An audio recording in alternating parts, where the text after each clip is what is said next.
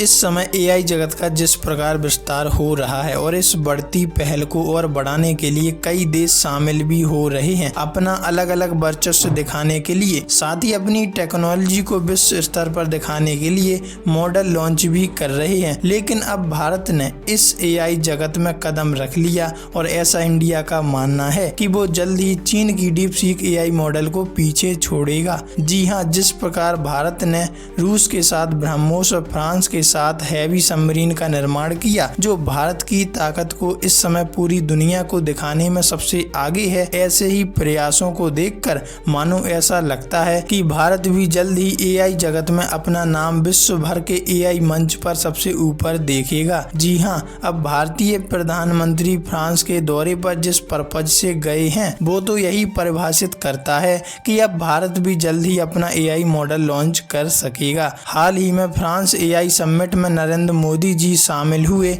और इस AI summit में जो उन्होंने बात कही वो बात बाकी देशों को परेशानी में डाल रही है। और सुनिए पीएम मोदी ने क्या कहा। एआई इस सदी के लिए मानवता का कोड लिख रहा है। इसमें दुनिया बदलने की ताकत है और इससे काम आसान और कम समय में किया जा सकता है। यह समाज सुरक्षा के लिए जरूरी भी है। एआई ने लाखों जिंदगियां बदल दी। इसी बीच भारत के बारे में कहा कि भारत ने कम लागत में डिजिटल इंफ्रास्ट्रक्चर तैयार किया है, डेटा एम्पावरमेंट के जरिए डेटा को अनलॉक किया है। इसी बीच आपको बताते हैं कि भारत के साथ फ्रांस के कैसे रिश्ते हैं। 1964 में भारत फ्रांस के बीच पहला अंतरिक्ष समझौता हुआ।